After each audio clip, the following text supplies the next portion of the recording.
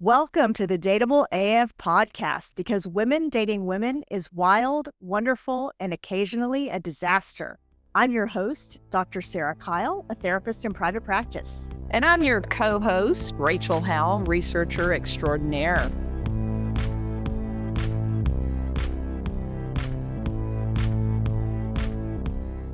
Hello, everyone, and welcome to Season 2, Episode 8 of the Dateable AF podcast. Today, our topic is no RSVP required, coming out late in life. The party doesn't start until you arrive.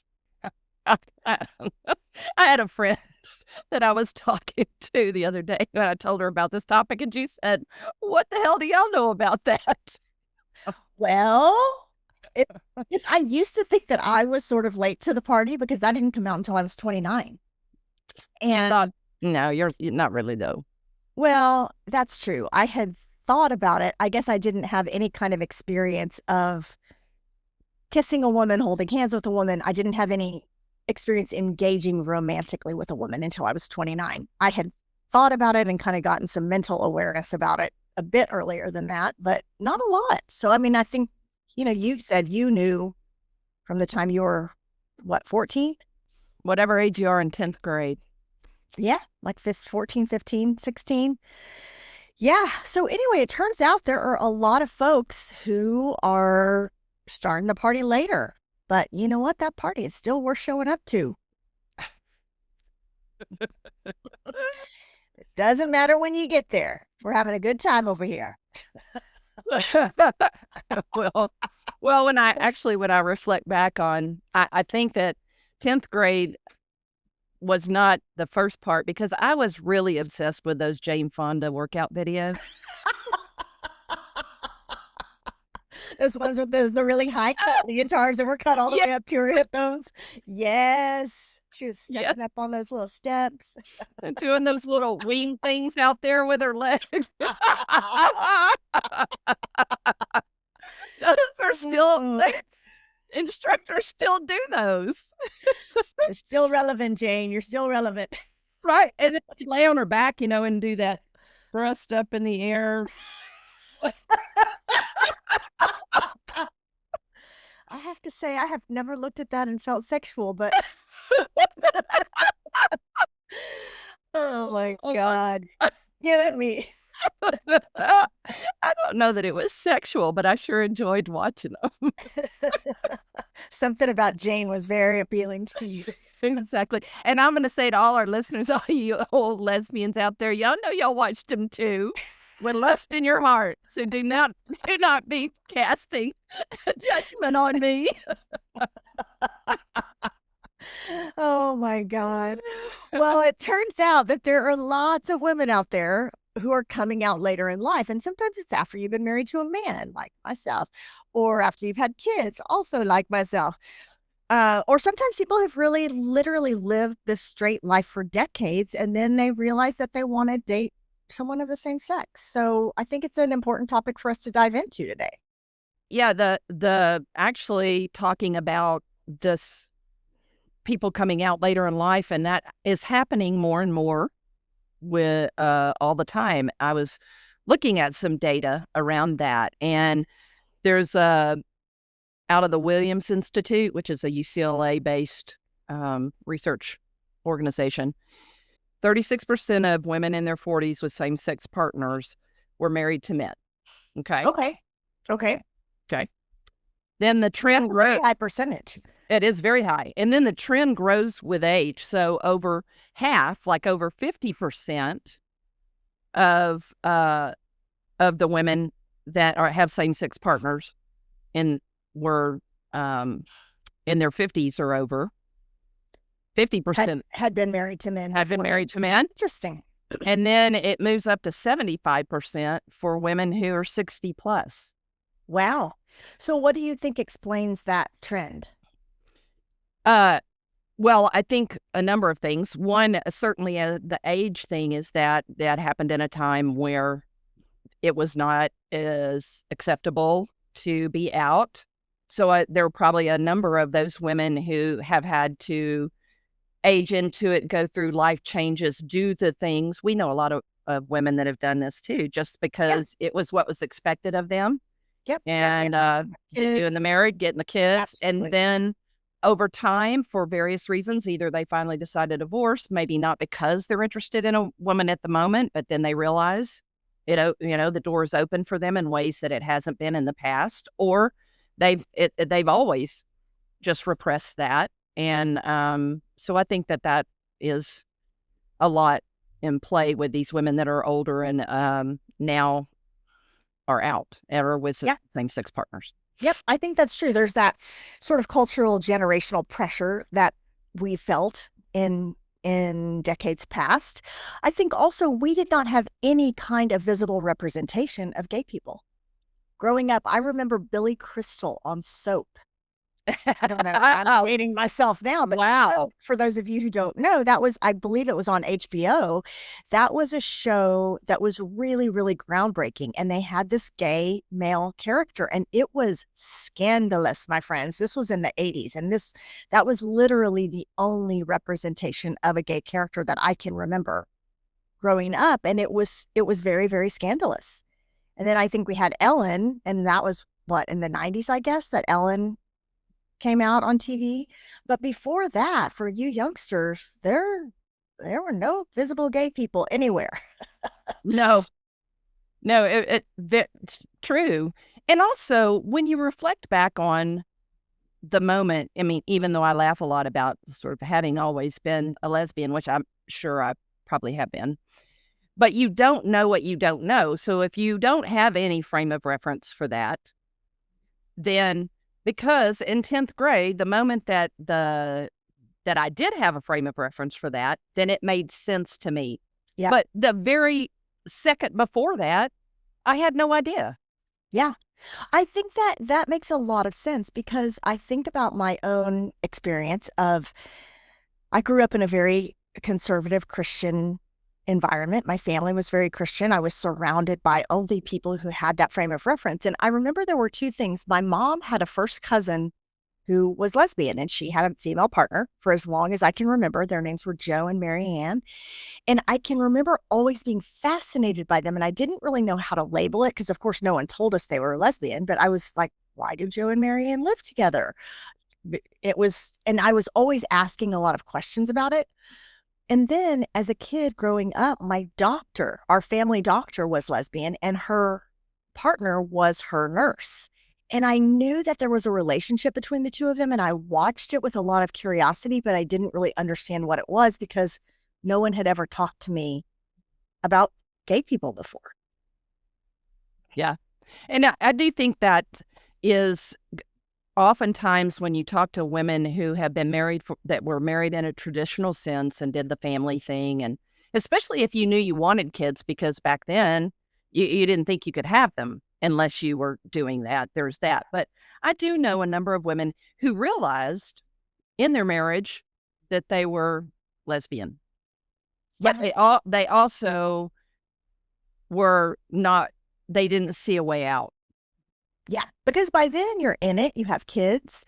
Yeah. And yeah, I do think there's this gap kind of going back to your research that younger women today realize that there's an option. And I think the older people are, the farther back you go. I didn't ever consider that it was an option for me to do anything besides get married to a man. And so that's what I did. And then started, I think we talked about this in our very first episode, that in college, I went to a class called Feminism and Politics just because I needed an extra government class. And I started reading all this feminist literature, and there were all these lesbians in my class, and I started getting this awareness. And it wasn't, I want to be clear for anybody who's listening who doesn't understand this concept. It wasn't like that made me want to be gay. It's like that validated something that already existed inside of me. I realized, oh, no wonder these things have happened. Like, no wonder I was curious about my doctor or my mom's cousin because I already had that in me. I just didn't have a frame of reference for it. Yeah, right. And I know what you're saying loud and clear. It didn't make you gay. What it did was help you make sense of some things that hadn't exactly made sense to you. Yes, that's exactly true. And so I think that sometimes there's just this, you don't have a frame of reference for something, so you compartmentalize it. And I remember looking at my gym teacher's legs in middle school, and she had these gorgeous legs, and I didn't identify that as a sexual attraction. I just remember being really fascinated by looking at her legs and thinking they were really beautiful. And so I just compartmentalized that until I started getting more awareness about it in my mid 20s. You are kind of a leg girl. This is true. This is true. Joe Joe has great legs. Yes, my girl got some good legs. Got some sticks. This I'm excited about this conversation, this part about sort of the emotional roller coaster that happens for women when they do come out, and whether or not they're gay enough. So, all the Oh things my that come into God. play for women that are coming out, and trying to figure out how to be out, and some of them don't do a good job of being out, and it's oftentimes if they're late to the party, they still have a lot to work through related to having an open life. Yeah. Yeah. And that comes, like you said, with so many up and down emotions. So there's this relief that, oh my God, I'm finally being authentic. I can finally be myself. Something inside of me is finally validated. And then there's this grief for those years that you kind of lost. Like, wow. I mean, I remember going through that and thinking, what would my life have been like if I had realized this earlier, like you did when you were 14 or 15? What would the trajectory of my life have looked like if I had figured it out sooner? And so there's a little bit of grief for like, oh, did I lose those years? Which of course those years are never lost. You gain a lot of experience during those times. But then there's also, as you're coming out, that fear of being judged by your family or your friends. How are they going to react to this? And then you're super excited because you're dating women for the first time, and there's this awkwardness, like you're a teenager again. Yeah. You know, I do think when we're younger, we have a sort of maybe a natural ability to rub against the grain a bit more outwardly. We challenge thinking. It's in our nature to challenge our parents' thinking, and we just have I think a fairly high tolerance for uh, have a thinking about things differently Yeah. than the way our family does or the people around us. And so I know for me that because I came out at such a young age, it I fought through a lot of that with a young person's mindset. Yeah. And so I was willing to take risks. I didn't have a family, I wasn't married. I didn't have kids to think about at the time. I hadn't built all of that infrastructure around me that I would have to jump over. So I think that I fought all those hard fights at a younger age. And then by the time I got to be older, I had already worked through a lot of that. And I see people who especially have gone through marriages, and then they're trying to figure out how to navigate all of that, and your tolerance gets lower in many ways, I think, for creating conflict with your families and going against the grain and just that sort of thing. Yeah. When you're out of your rebellious teenage years. Mhm. That is true. I think that on the flip side of that also is that as we get older, I think we get a little more confidence. So I think about people who came out, not you, because you actually have a lot of natural self confidence, but I think there are people who came out at a younger age and then felt that need to pretend. And so they would have a pretend boyfriend and, pretend dates, and they never were able to fully come out. By the time I came out when I was 29, I had already been to quite a bit of therapy. I had already kind of gotten my sea legs under me a little bit. So I didn't go through that phase of pretending ever. Like once I came out, I told my parents right away. Obviously my kids knew right away, my coworkers, like I didn't go through that angst of how to let people know. And so that was kind of an upside of coming out a little bit later in life. Yes. And this plays into a bit into the type of personality you have and just generally how you lead your life. Like you lead Yes. your life in a very authentic way because you can't do it otherwise. Whereas there are a lot of people who, separate and aside from the gay thing, they don't lead their life in authentic ways. Yeah. They, they're never really truly open or honest, or you're not really seeing them. And I think that is harder for those type of people, which is a great segue into this whole idea of the impact on trying to have a relationship with someone who is coming out later in life. I have a lot of opinions about it. Oh, I'd love to hear your opinions about it. Some of the Moniques and Veronicas out there from my past going on 6 years, um, probably will know that they will for sure validate what I'm about to say. Yes. That I do feel I have dated some women who have been late to the party. Yep. And I ask a lot of questions, and I am always very curious about, and I want to know how comfortable they are in their lives and whether or not they actually live an integrated life or if they live a compartmentalized life. Yes. Because I know you've done a little bit of both. You have been with people whose lives were not integrated, and that was a struggle. It is a struggle. And I'm not saying that there aren't people out there that can live that life with you, but I think again, as you're thinking about dating, you have to know what you need with your partner as it relates to living your life together. And if you are two people who are comfortable living compartmental lives and that you have a few gay friends to hang out with, and mostly then you guys are at home by yourselves that are doing what you do, that's fine. I don't have a judgment on that. But if you are, as I have been, lived an out life for so many years where my life is all of me is out all everywhere, Mhm. but not because I'm carrying a big flag, but because I live very authentically in this skin that I am in. Yeah. And I don't separate my friends, whether they be straight or gay. We mix and mingle, and I expect the same privileges that all heterosexual couples get out there in the world. Doesn't always mean that it's welcome, but for the most part, it's been fine. Anyway, that's what I need, and that is my reticence to try to even have a relationship with somebody who compartmentalizes their life. I know it won't be a good fit for me. Yep.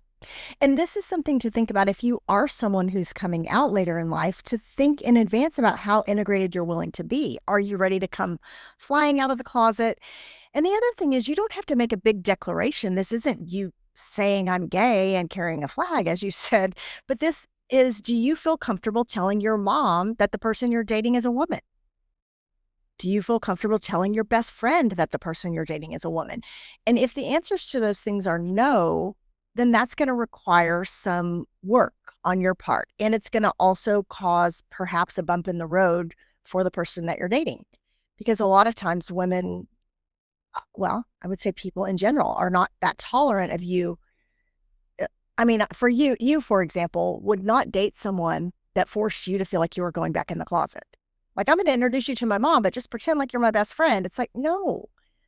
So if you're someone who's coming out now and you don't feel ready to be integrated, that's just going to require some discussion with the person that you're dating.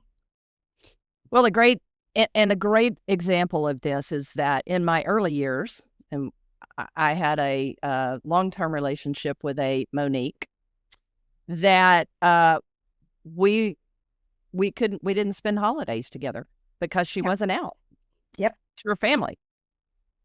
And I, it over in the beginning, I accepted it because that was also, we were sort of young and doing that together. But eventually, about 5 years into that, I stopped being happy about being somebody's best friend. and then never sharing a holiday Yeah. together. Yep. And so then I met a Veronica who was like, "What are you doing? I'm not going to be going to, no, we're not doing that. We're going to have holidays together and we'll travel and just do like what normal people do. They get us on Thanksgiving. We go over here on Christmas." And Yeah. I remember going, "Well, I'll be damned. How Oh, about this that? is how it could be. Oh, okay." Um, so yes, that is a great example of, if you are okay with the other way, then fine. But it's, you have to know going in, because I also know that it never changed for me in the 10 years. It never changed. Yeah. Yeah, and so I think just looking at the impact that coming out later in life can have on your relationships, people have always known you one way. So they've always known you as a heterosexual person. And so your train left the station a while ago. You've been thinking about dating women. You've been maybe starting to go on dates with women. And if you haven't been open with the people in your life about that process, their train hasn't left that station yet. And so they might be shocked to learn that you're now in a same-sex relationship. And so that's going to cause some bumps, or it could cause some bumps in the road, depending on who you hang out with. In my world, everyone in my life was a conservative Christian who felt that homosexuality was a sin. And so it was a big hurdle. And I lost someone who was one of my best friends in the process. I had been best friends with my sister-in-law, the wife of my husband's brother. And we had done everything together over the years. And during this time, I had literally no idea that I was gay. And when I came out, it was a big slap in the face to her, because she's imagining like, oh my God, this is a woman I've been on a million vacations with, that I've raised my kids next to. And for her, now viewing me through this lens of being a lesbian, she just couldn't do it. And so I ended up losing that friendship, and it broke my heart, because she was one of my favorite people in the whole world. And, you know, if you have a more open-minded friend group, I hope that doesn't happen to you, but it can. So it's something to think about. Yes. And there is a bit of patience, I think, required, to your point, that when someone is coming out later in life and they are navigating things like kids and uh, extended family and things like that, that I will say that sometimes you just have to give grace to allow them to figure out how to put that information out there, and then understand that there's going to be some work to be done for those people around them to potentially ramp up to where they are, to accept it or not, and them getting used to that. Yeah. Um, and so I don't want to. I mean, I am pretty strong-willed around not wanting to be with anybody that has a compartmentalized life. At Yep. the same time, I do believe that at 65, if I'm dating somebody who's in my age group and their parents 90 years old and they have dementia, then we do not need to stand up and talk about me being their girlfriend. That is no longer important. you know? Yes. Uh, That's a different thing than them taking you home for a holiday and pretending like you're their friend or their roommate. absolutely. Yeah, those are completely different things. And Yeah. I think I would imagine we're mostly talking to an audience of women who are younger than we are. But yeah, maybe somebody's still coming out at this age, which is great. Let's talk about some advice and some perspective if you happen to find yourself in this place of like, oh, I've always dated men and now I think I might start dating women. The first thing I would want to say to you is that it's never too late, that there is no timeline on this, and that the most important thing is being authentic and living as your true self, whatever that looks like. There's also this conversation. I've not done a good job of articulating this, and maybe you can help me with it a bit, but I think it is important to have a gay contingency of support and people in your life when you come out. And if you come out and you actually haven't had a lot of gay friends, and most of your long-term, very deep friendships are straight women, let's just talk about lesbian straight women, Yep. that's great, and you have to figure out how they fit in all of that, but, I think it's extremely important to build your bench of lesbian friends, and, because it's hard to explain, but going places, having people to do things with, having a good contingency of women who have had the same experience you've had or are experiencing their lives similar to the way you are, I think is important. And so So it important. yeah, and I when I've said this before to some women who don't have a strong lesbian bench, and they're like, "Well, I have these deep, deep, intimate relationships in my friendships." I'm like, "Great, and you need those, and you want to keep them." Yes.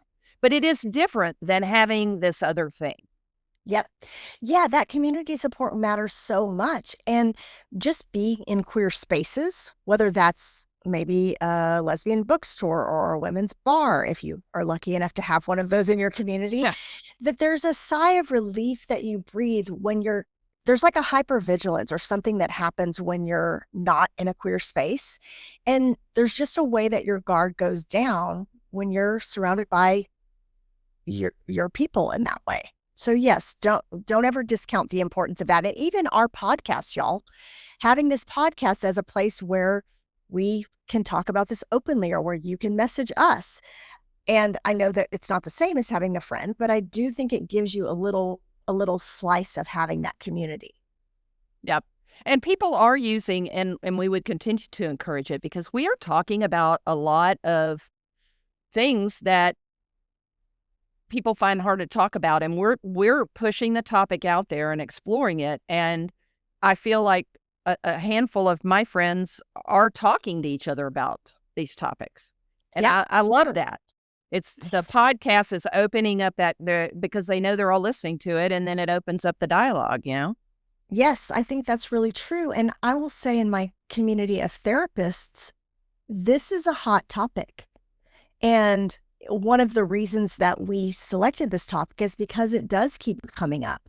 There are lots of women that are coming out later in life and that have had this whole life of being married to a man and maybe having kids, and now they're deciding that they want to date women.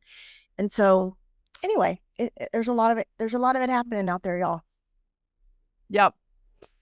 Well, so what about, practicing honesty from day one is a great thing to keep in your back of your mind because I think that the more honest you are, the more forthright you are, the more likely people are to get on board with you. Because if you aren't being honest, then it makes people feel like you're not comfortable with what you're doing.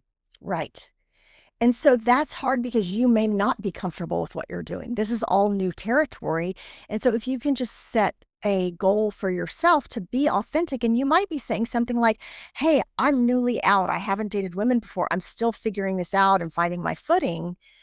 That is honesty that opens up a conversation with the person that you might potentially be dating. Right. Now, for me, if I ran into somebody and they said I'm newly out, I would turn and run and screaming the other way, but that would just be But don't let that scare you off. If no, you are later in life coming out, there are women out there who will date you, I promise. It's not Rachel. it's just not me. I'm too far down the road to be somebody's coach or mentor. Right. Yes. You've aged out of that I have. particular phase of life. But, you know, I think going back to what you were saying before is like find your people. If you are newly out and maybe your people are not going to be a group of older women, maybe you're finding your people that are younger women who are still finding their footing too. But go out, go to queer spaces, go to queer events, start building friendships and building that community because that's going to help you as you're going through this process. And don't see the apps as your community. People, No, that's not your no. community. Mm-mm. Let we lesbians have fun. We play water volleyball. We play mahjong. We go listen to music. And and you just need to get out there. That's why, again, it's very important to begin to build your bench, so that you can enjoy those activities, meet other women that way, and then they make it so much easier for you to begin to be yourself in that Yes. space. Yes. And if you are going to use the apps, which it's okay, that's fine. They can be kind of overwhelming, but they can also be a practical way to meet other women. Just make sure that you're being authentic, as we always say. Highlight your shared interests with this person, not just the sexuality aspect of things. And if your first ones don't stick, it's okay. It's a learning curve. Just keep trying. And all the while, do put yourself in real life situations as well. Don't use the apps as your sole method of dating. Yes, when you're first coming out, you need practice. Yeah. To get the training wheels off, you You need gotta practice being a lesbian. learn how to ride that bike. And on that note, you also like learn a little bit about lesbian culture and be funny about it. Rachel and I laugh all the time about the U-Haul stereotype and about being best friends with your ex, and the small size of the dating pool. We've talked about all these things on this podcast. Those are things that are different than they are in the heterosexual community. So you learn those things and let yourself laugh about them. Yeah, I do think, again, I hope one thing, if you don't take anything else away from us, is that you be curious and be playful, and you have to laugh at yourself, because we do this as queer women. We do a bunch of ridiculous stuff too Yes. in the process of coming out. We do some ridiculous things, and so you have to laugh, enjoy it. Yes, absolutely. And in this process, don't forget to set your own pace, because sometimes if you're coming out later in life, you feel this need to catch up. Like, oh, everyone else is married. They've been with their partner for many years. And so I got to jump right in and find my forever person. It's like, no, there's no need to jump straight into a serious relationship. Give yourself time to find the right person or the right people to spend your time with. So date casually, take some breaks, just give yourself permission to move at whatever speed feels right for you. This is your own journey. Yes. And we don't have enough time in this episode, but there is also and we might just want to extend it, but there's also the whole idea of being bisexual that comes into play in all of this. And Yeah. that is whether or not you are fluid, and you're thinking, well, I'm going to float into women now, but I might float back to men. Who knows? And that's a different conversation as well. Yeah, for sure. And what I'll say about that is that if you are someone who's looking for a monogamous long-term relationship, I don't think it matters so much that you're bisexual. Again, this could be a whole other topic, but what matters is, do you feel good with the person that you're with right now?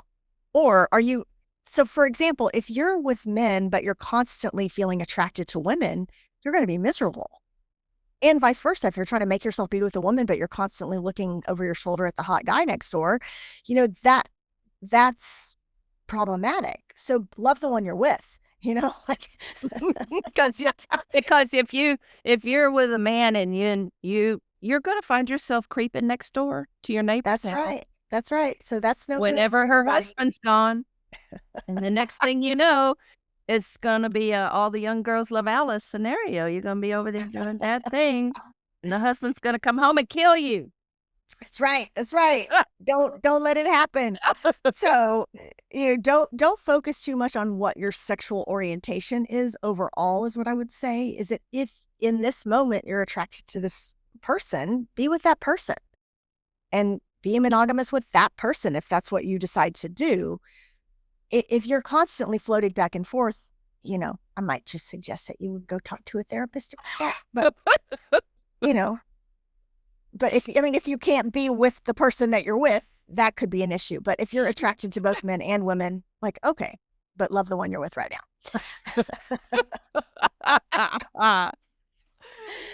Oh, goodness.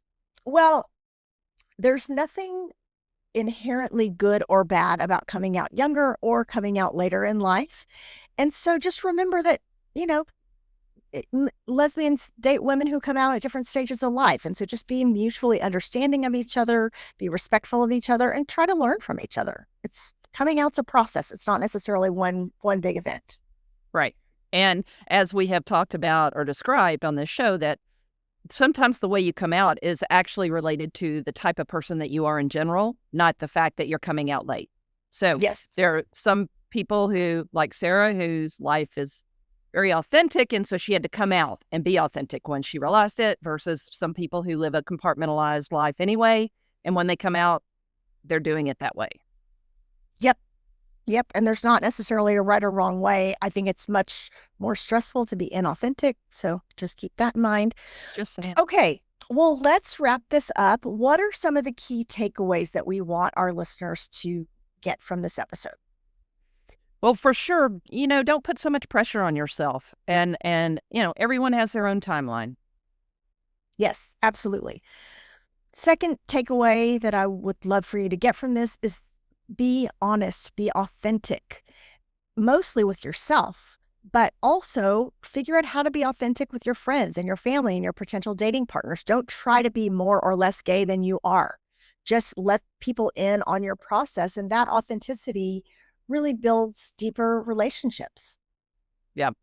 And then we talked about being compassionate, and that giving people a little space to adjust to their new normal.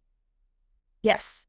Yeah. If they've always known you one way and now all of a sudden you're making this big announcement, it's going to take them a minute. So be patient with them and be compassionate with them. Also, I cannot stress this enough. Find a supportive community. Find your people that can support you in the coming out process, because this is so important to have validation, to have universality, to find other people who get what you're going through. So don't give up on your search to find that. Amen, sister. Amen, sister. Well, as always, please send us your coming out stories. We've both told you ours. We would love to hear yours. If you're in the process of coming out and you need some support, don't hesitate to reach out to us. And we always love hearing from you. So the best way to get in touch with us, you can email us info@dateableaf.com. You can also DM us on Instagram @dateableaf. If you want to talk about this topic with your partner, so you have some points of discussion during the week before our next episode comes out, if you and your partner don't know the details of each other's coming out stories, like including your internal process, like what you went through, take some time to share this in depth with each other and talk with your partner about the pros and cons of coming out earlier versus coming out later. As always, thank you for listening to the Dateable AF podcast, where we help you find your happy ending. Remember, be bold, be kind, and for the love of queer dating, don't text your ex. Stay dateable. AF.